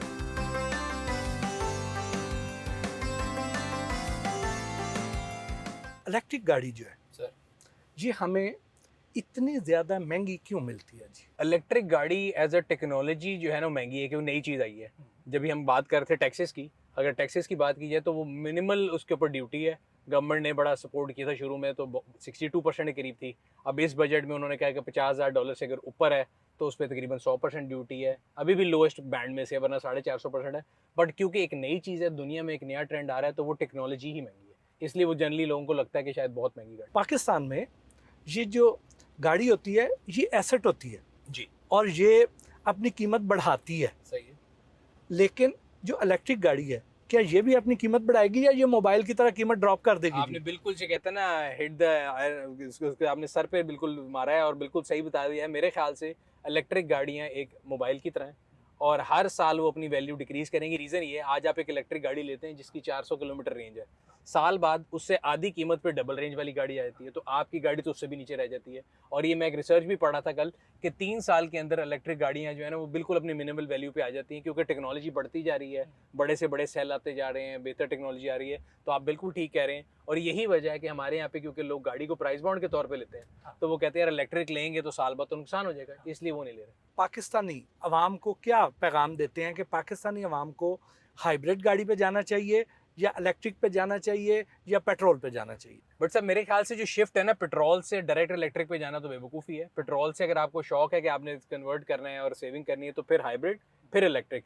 जो पाकिस्तान के हालात हैं, जिस तरह आपने बताया कि अभी इंफ्रास्ट्रक्चर ही अवेलेबल नहीं है, सर, तो यहाँ पे अभी बहुत सारी अब इलेक्ट्रिक गाड़ियाँ पाकिस्तान में आना शुरू हो गई हैं। सर। अब BYD इतना बड़ा ब्रांड है, वो भी पाकिस्तान में आ रहा है। बिल्कुल। अब होगा सर ये कि जिस तरह पहले मैंने आपको बताया ना, टोटल अभी पाकिस्तान की अगर हम बात करें आज, तो पाकिस्तान में 1400 के करीब इलेक्ट्रिक गाड़ियाँ होंगी, जिनमें से 1200 के करीब एक ब्रांड की और बाकी 200 लोगों ने मंगाई थी।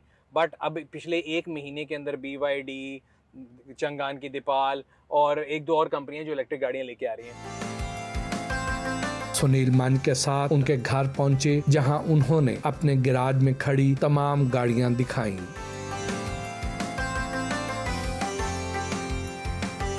ये रोज सुबह जाने से पहले धो के अभी आपको मैं दिखाऊंगा, तो टायरों के ऊपर भी पॉलिश लगा के फिर मैं जाता हूँ। सो ये गाड़ियाँ अगर आप देखेंगे तो इसके टायर तक आपको चमकते नजर आएंगे। तो ये मैं सुबह धो के गया हूँ लेके तक, क्योंकि मिट्टी आती है बहुत ज़्यादा और वैसे भी जो चीज़ अच्छी खूबसूरत होती है उसको पर्दे में रहना चाहिए, तो इसलिए फिर मैं इनको पर्दे में रखता हूँ।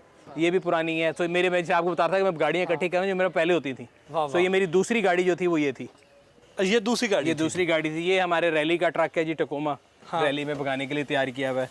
तो इसके ऊपर पूरी सस्पेंशन वगैरह ना आप देखेंगे तो आपको नज़र आएगी, ये रैली सस्पेंशन वगैरह डली हुई है सारी, और ये पूरी रैली प्रिपेयर्ड है गाड़ी। ये भी एक मैं आपको भी दिखा रहा था, मास्टर पीस है, 1999 की करोला है, और ये भी मिट्टी इसके ऊपर इसकी वजह से पड़ गई, लेकिन मैं इसको सुबह धो के साफ़ करके गया था। वाह। इसके पीछे ये हमर है जी, मैंने बड़ी ये कहते हैं ना मोहब्बत से रखा है। मेरा ख्याल है ये पाकिस्तान की हर रैली में हर जगह मैं इसको लेके गया हूँ, और ये कह सकते हैं कि अगर कहना एक गाड़ी जो आपकी पहचान हो, हाँ, तो ये मेरी पहचान है। बल्कि इसमें मेरा नाम, मेरा ब्लड ग्रुप भी लिखा हुआ है। अक्सर लोग पूछते हैं कि क्या है AB, सो यहाँ पे मेरा नाम और मेरा ब्लड ग्रुप लिखा हुआ है इस गाड़ी के ऊपर। वाह वाह। और यहाँ पे फिर अगेन पुरानी गाड़ी, जैसे मैं आपको बताता था कि मेरे शौक पुरानी गाड़ियों वाले हैं, सो ये पुरानी BMWs की कलेक्शन है जी। वाह। ये तीनों कन्वर्टेबल हैं, तीनों BMWs हैं। एक ये है, एक ये है, एक आगे ये आपको नजर आएगी, ये भी BMW ही है। तो ये 3 BMWs हैं जी। वाह। और ये तीनों कन्वर्टेबल हैं। जिस दिन मौसम अच्छा हो, छत खोल के आपने घूमना फिरना तो उसमें जा सकते हैं। तो अभी हम इलेक्ट्रिक गाड़ी की बात करते हैं आगे। अब ये इलेक्ट्रिक गाड़ी आ गई जी। सो ये अभी नई लॉन्च हुई है चंगान की गाड़ी। ये 540 किलोमीटर चलती है, और ये आपके सामने चार्जर लगा हुआ है। इस टाइम पे ये चार्ज हो रही है। तो जब ये चार्ज पूरी होगी तो इसको निकालेंगे। फिर ये पुरानी मर्सिडीज़ है, अगेन पुरानी गाड़ियों की लाइनें हैं। 2003 मॉडल की मर्सिडीज़ है। इससे आगे मेरे ऑल टाइम फेवरेट, अगर आपको याद हो तो लेडी डियाना का जिस गाड़ी में एक्सीडेंट हुआ था, हाँ, ये भी मर्सिडीज़ है जी, S क्लास। ये पाकिस्तान में मेरा ख्याल है प्रेसिडेंट्स हाउस से लेके प्रेसिडेंट मुशर्रफ तक सब लोग इस गाड़ी को इस्तेमाल करते हैं। बेंज क्यों कहते हैं इसको? मर्सिडीज बेंज इस कंपनी का नाम है। कार्ल्स बेंज एक डिज़ाइनर था जिसने डिज़ाइन की थी। इसके आगे ये देखें हमारे दफ्तर के लड़के मेहनती हैं, देखें डिफरेंट प्रोडक्ट वीडियो बना रहे हैं। अभी हम आए हैं तो ये लगे हुए हैं। सो ये 1964 की, मेरा ख्याल है मेरी पैदाइश से भी कई साल पुरानी गाड़ी है। और अगर आप इसकी रजिस्ट्रेशन देखेंगे, वर्किंग कंडीशन में, हाँ जी, वर्किंग, और इसकी रजिस्ट्रेशन देखेंगे तो बड़ी खूबसूरत है। फिर एक और वो गाड़ी है आगे, और इस तरह हमने सारी खड़ी की हुई है। बट कोशिश ये करते हैं कि इनको झांप के रखें, साफ़ करें, शौक पूरा करें। सुबह 2-3 घंटे इनके साथ गुजार के फिर दफ्तर की तरफ निकलते हैं। तो आप गाड़ी बेचते नहीं है, सिर्फ खरीदते हैं? जिसका ख्याल ना रख सके वो बेच देते हैं। बट कई ऐसी हैं जो नॉट फॉर सेल कॉर्नर हैं, जो दिल के बड़े करीब है। इंसान ये हो गई, हमर हो गई, आगे भी आपको दिखाता हूँ। वो जो नॉट फॉर सेल कॉर्नर है उसको नहीं बेचते। आपने तो अरबों रुपए की गाड़ियाँ रखी। नहीं सर, अरबों की नहीं है।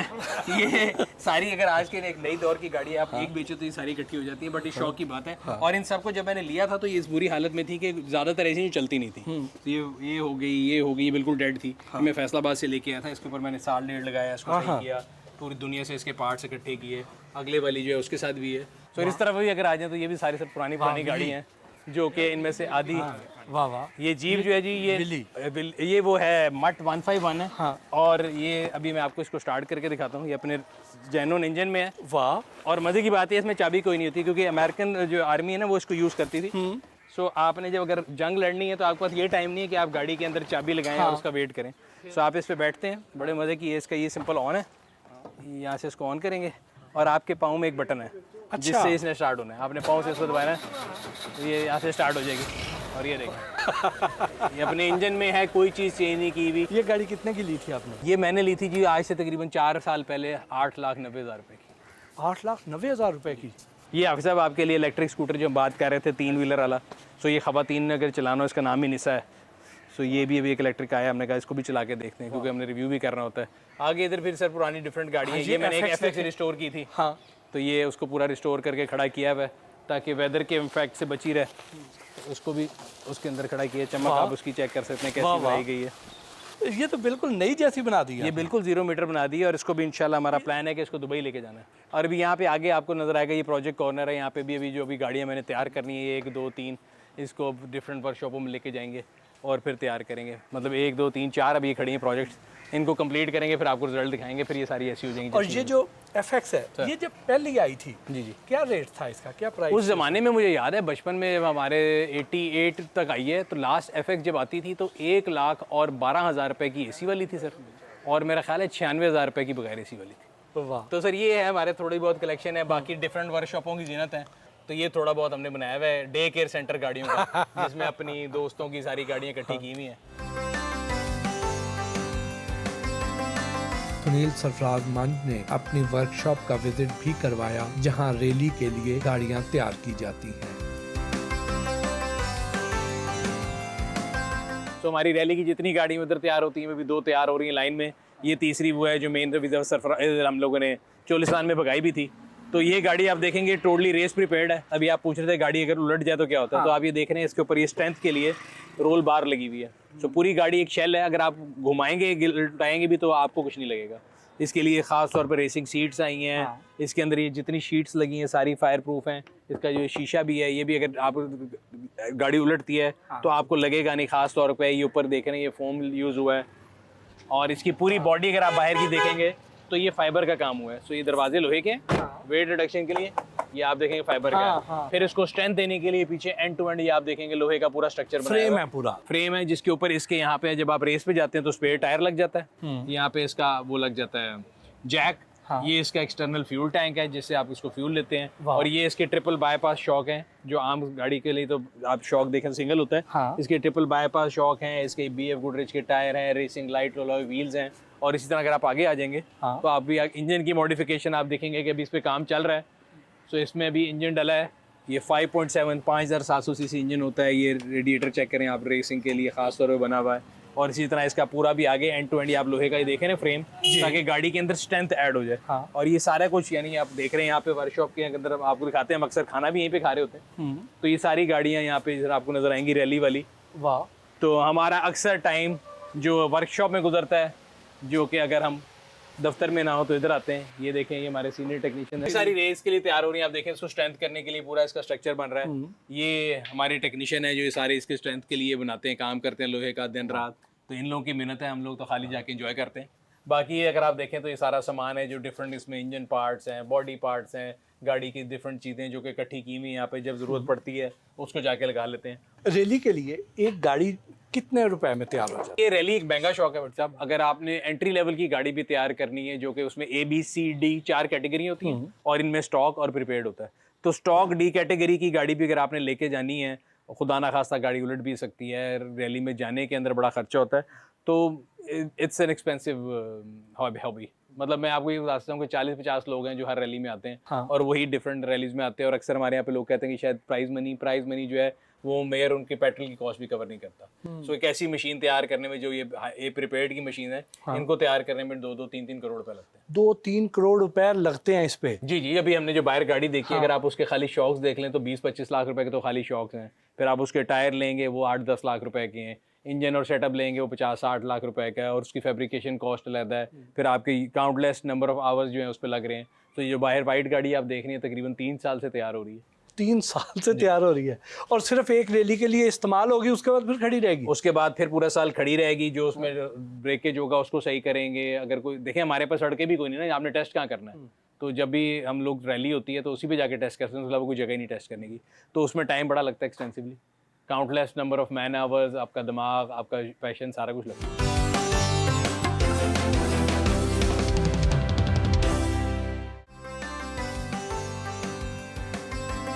पुरतकल्लुफ अंदाज में हमारी खातर तवाज़ो की।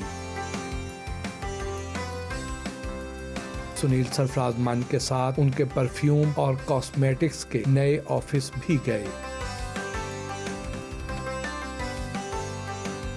सुनील साहब जरा तारुफ करवाएं ना, और इस जगह का भी बताएं जहाँ हम आए। सर, ये हमने एक नया कारोबार शुरू किया है। गाड़ियों के अलावा बड़ी डिफरेंट लाइन है, परफ्यूम्स की शुरू किया है। तो मेरा भाई है, छोटा दोस्त है सुहेब, और इनका कॉस्मेटिक्स का काम है डर्मा शाइन के नाम से। तो कहते हैं ना, जब कोई नई चीज़ लेनी हो, मैं कहता हूँ डोंट री इन्वेंट द व्हील, जो माहिर है उसके पास चल जाए। तो मैं इसके पास आया, मुझे लगा कि एक गैप है मार्केट में बहुत बड़ा परफ्यूम्स का, क्योंकि जैसे हम गाड़ियों की बात कर रहे थे, इंपोर्टेड आती हैं, लोकल आती हैं, प्राइस का बड़ा डिफरेंस है। तो परफ्यूम भी इंपोर्टेड बहुत महंगे थे और आम आदमी की रीच से बाहर थे। और मुझे खुद गाड़ियों का, परफ्यूम का और गाड़ियों का 3 चीज़ों का शौक है। तो मैंने सुहेब साहब से कहा कि यार कोई ऐसी चीज़ डेवलप हो सकती है। तो उसने फिर रहनुमाई फरमाई और हम लोगों ने अभी 4 फ्लेवर में डिफरेंट परफ्यूम शुरू किए हैं। वाह, किस नाम से हैं सुहेब साहब? मेरा जो ब्रांड पहले स्किन केयर का है वो तो लेडीज़ है, डर्मा शाइन के नाम से। और जो परफ्यूम का ब्रांड है ये रेजिमेन बाय सुनील मंज के नाम से। और इस पर अभी स्टार्टिंग में हम सिर्फ 4 स्मेल्स पे गए हैं। और कैटेगरी जो है वो हमने इसमें भी हेयर केयर भी रखी है, स्किन केयर भी रखी है, इसमें परफ्यूम्स हैं, डिओड्रेंट्स हैं। तो अभी इस रेंज को मज़ीद इंशाल्लाह आप लोगों की दुआओं से तरक्की मिलेगी तो इसको बढ़ाते जाएंगे। अभी 6 स्मेल्स और आ रही हैं इंशाल्लाह। वो हमसे सीख रहे हैं। फ्रेग्रेंस होते हैं, उसके नोट्स होते हैं, हायर नोट क्या होता है, लो नोट क्या होता है। गड्डी सानू सिखाते हैं, परफ्यूम में हमें सिखा रहा है। और हम कोशिश कर रहे हैं कि बेहतरीन से बेहतरीन प्रोडक्ट लेके आए लोगों के लिए, जो कि हम खुद भी लगा सकें। तो परफ्यूम को भी हमने डेवलप करने में, क्योंकि आइडिया हमने शुरू किया जनवरी से, फिर 6-7 महीने हमने उस पर डिफरेंट उस पर एक्सपेरिमेंट किए कि कौन सी इटरेशन बेहतर है। R&D की 4 फ्लेवर अभी लॉन्च किए, मजीद 6 और आ रहे हैं। और उसमें हम एक्सटेंसिव आपस में लड़ाई भी करते हैं, बहस भी करते हैं कि ये अच्छा है वो बुरा है। तो उसमें हम कोशिश करते हैं कि हफ्ते में 1 दफ़ा मिलें तो आज उसी चक्कर में हमने कहा मिलके एक दफ़ा डिसाइड एक करें मीटिंग क्या होती है जी वीकली। हाँ। सुनील साहब एक वीक में कुछ टाइम देते हैं हमें, जिसपे वो अपनी भी हमें इनपुट देते हैं, फिर हम अपनी जो R&D हुई होती है वो फिर उनके टेबल पे रखते हैं, उसमें जो उनका मशवरा हो वो फिर उनकी टेक लेते हैं और फिर उसको प्रोसेस करते हैं ताकि अगले एक वीक का काम शुरू हो जाए। वैसे तो सुनील साहब आपके दोस्त हैं, लेकिन जब बिजनेस की बात आती है उसमें सुनील साहब दोस्त होते हैं या बड़े स्ट्रिक्ट होते हैं? नहीं, मैंने इन्हीं से सीखा वैसे, क्योंकि ये मेरे से मतलब एक्सपीरियंस में भी ज़्यादा ही रहे हैं, लेकिन प्रोफेशनलिज्म का बहुत ख्याल रखते हैं। हम दोस्त नहीं लगते जब हम आपस में लड़ रहे होते हैं, और ख़ास तौर बिजनेस मीटिंग जब चल रही हो तो कोई भी जज नहीं कर सकता कि ये इतने बेस्ट फ्रेंड हैं कि 2 घंटे 1 घंटे बाद इकट्ठे खाना खा रहे होंगे या हंस खेल रहे होंगे। तो बिजनेस के वक्त सिर्फ बिजनेस होता है।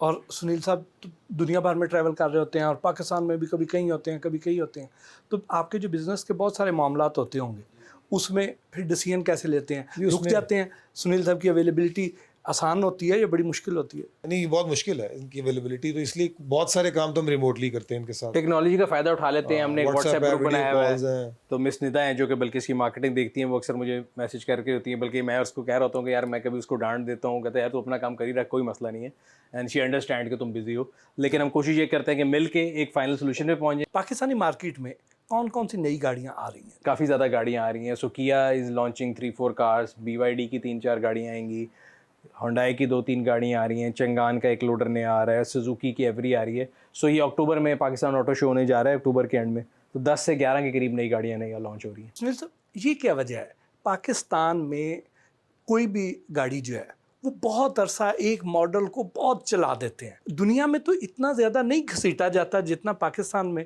यहाँ पे हमने मेहरान को देखा कि वो 30-35 साल वही चली, उनका जो सुजुकी बोलान है उसकी शेप ही चेंज नहीं कर रहे। इसकी मेन रीज़न यही है, हम पहले बात कर रहे थे, कंपटीशन नहीं था, और मैं आपसे कहता कंपटीशन जो है वो ड्राइव करता है चीज़ों को अपने बेस्ट की तरफ।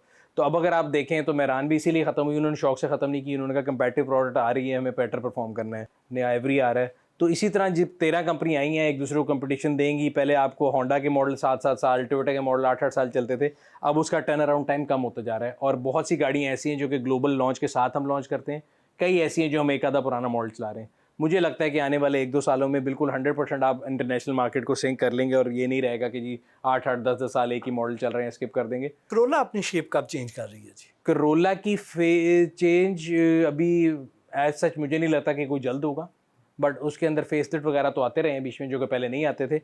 करोला क्रॉस अभी लॉन्च हुई है जो कि ग्लोबली भी आ रही है, तो करोला की तरफ से मेरा नहीं ख्याल और कोई अभी नई शेप एक्सपेक्टेड है। एक दौर में हम सुनते थे कि पाकिस्तान में BMW बनने जा रही है, पाकिस्तान में मर्सिडीज़ भी बनने जा रही है, पाकिस्तान में बड़ी बड़ी गाड़ियाँ अपने प्लांट लगा रही हैं, तो उनका क्या स्टेटस है?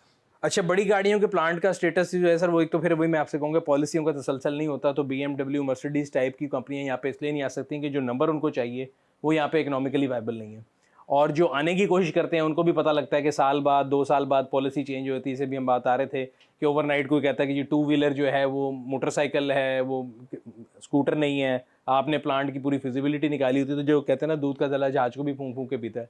तो जो पहले लोग आए हुए हैं उनको देखते हुए अगले वाले मेरा नहीं ख्याल आने में ज़्यादा इंटरेस्टेड होते हैं। अभी हमने देखा है कि मार्केट में हमें बहुत सी इलेक्ट्रिक बाइक्स नज़र आ रही है। ये कितने यहाँ पे पाकिस्तान में ब्रांड आ गए हैं, क्या उनके लिए फेवरेबल कंडीशन है, गवर्नमेंट उनको सपोर्ट कर रही है?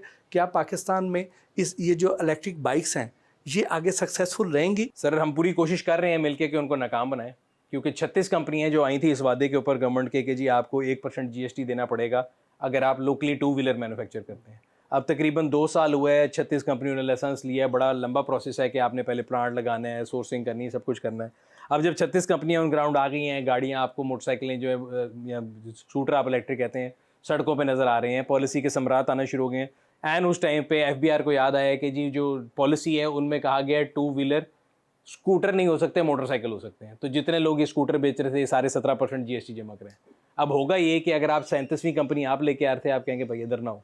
सो इस तरह की जो पॉलिसी ट्रांसलेशन होती हैं वो इम्पैक्ट करती हैं, जबकि गवर्नमेंट चाह रही है कि आप मतलब गवर्नमेंट को से क्या ताल्लुक है कि आप स्कूटर चला रहे हैं या मोटरसाइकिल, उनको तो गो ग्रीन का नारा लगाना है, अपना फ्यूल बिल कम करना है। वो स्कूटर से हो रहा है, रिक्शे से हो रहा है, उन्हें उससे क्या फ़र्क पड़ता है। बट हमारे यहाँ पे जो जनरली एक सिस्टम है ना कि जो डिफरेंट डिपार्टमेंट में आपस में कोऑर्डिनेशन नहीं है। टैक्स मैन कहता है मुझे टैक्स मैक्सिमाइज करना है, मेरा इससे कोई ताल्लुक नहीं कि इलेक्ट्रिक पॉलिसी थी, आपकी जो भी पॉलिसी थी। तो जब ये गैप और डिस्पैरिटी आती है तो इससे जितनी एफर्ट आप अंदाज़ा लगाएं पिछले 4 साल से चल रही है, ये 36 कंपनियां जो लाइसेंस ले रही थी, ये सारा कुछ कर रही थी, सारा कुछ ग्राउंड जीरो पे आके खड़ा हो जाता है। इलेक्ट्रिक बाइक्स अगर पाकिस्तान में कामयाब हो जाती हैं तो क्या हमें फ्यूल बिल में सेविंग होएगी? बहुत ज़्यादा सेविंग हुई। देखिए हम लोग कहते हैं हमारा सबसे बड़ा प्रॉब्लम क्या होता है कि जी हमारा जो रुपये है वो डिवैल्यू होता है। रुपये डिवैल्यू क्यों होता है कि हम चीज़ें इंपोर्ट करते हैं। इंपोर्ट बिल का 60% जो है वो फ्यूल पे जाता है और उस 60% का 70% मोटरसाइकिल में डाल रहा है। सो अगर आप खाली 2 व्हीलर को इलेक्ट्रिक पे कर दें तो आप अपना कितना ज़र मुबादला बचा सकते हैं, आप अपनी एनवायरनमेंट कितनी बेहतर कर सकते हैं। अभी आने वाले महीनों में आप देखेंगे स्मॉग इमरजेंसी आएगी, सारा कुछ आएगा। सो हम लोग बेसिकली ना हर चीज़ में रिएक्टिव अप्रोच रखते हैं, प्रोएक्टिव नहीं होते।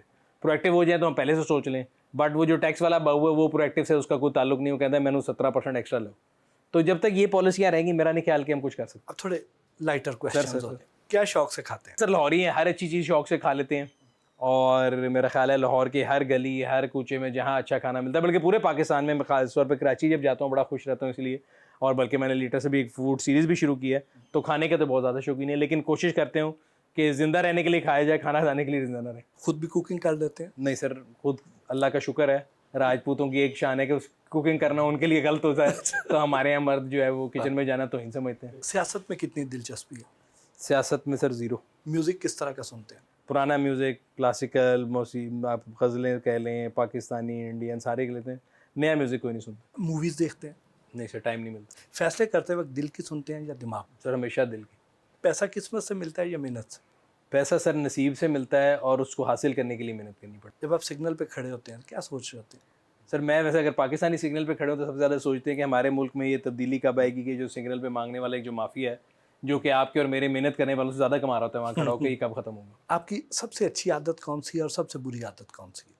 सर सबसे अच्छी आदत ये है कि मैं रात को सबको माफ़ करके सोता हूँ, और सबसे बुरी आदत ये है कि जो मेमोरी है वो बहुत तेज़ है। माफ़ करने के बावजूद दिल में कहीं ना कहीं रह जाता है कि इन्हें मैंने लाइक किया था।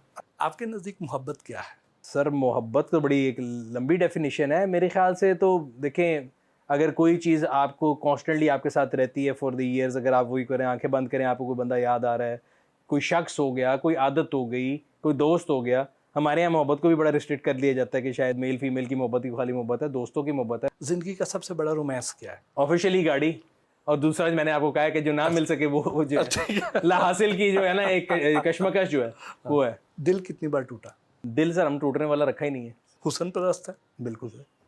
ख़वातीन में सबसे ज़्यादा क्या चीज़ मुतासर करती? मेरे ख्याल से इंटेलिजेंस, टैलेंट और लॉयल्टी।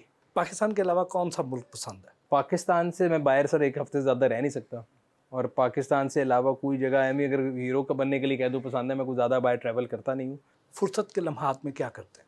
सर फुर्सत के लम्हात में रिफ़्लेक्ट करते हैं कि क्या चीज़ इंसान अपने आप में बेहतरी ला सकता है, सेल्फ एनालिसिस करते हैं, और थोड़ा बहुत म्यूज़िक के साथ शुगल कर लेते हैं। बाकी फ़ुर्सत अपनी गाड़ियों के साथ गुजार लेते हैं। कोई ऐसी ख्वाहिश जो पूरी ना हुई हो? ज़िंदगी में मैंने जो चीज़ चाही है या जो चीज़ सोची है, अल्लाह मैंने उससे बेहतर दी है, और बाकी ज़िंदगी का भी यही मेरा अज़म्पशन ये है कि इंशाअल्लाह ताला जो कुछ मैं चाहता हूँ या जो कुछ मैं सोच रहा हूँ अल्लाह मैं उससे बेहतर दे देगा, वो भी दे देगा। ज़िंदगी का सबसे खुशगवार लम्हा कौन सा था और सबसे उदास कर देने वाला मुश्किल लम्हा कौन सा था? सर खुशगवार लम्हे अल्लाह का शुक्र है, अल्हम्दुलिल्लाह आते रहते हैं ज़िंदगी में। मैं वही बता रहा हूँ, अल्लाह का जितना शुक्र अदा करे काम में, सेहतमंद वालिदैन, सेहतमंद बहन भाई, सेहतमंद औलाद, ज़िंदगी के तमाम रिश्ते मौजूद हैं। अल्लाह का बड़ा एहसान है जब आपकी औलाद आपकी तरफ हाथ बढ़ाती है। मेरा ख्याल है उससे खूबसूरत लम्हा कोई नहीं होता।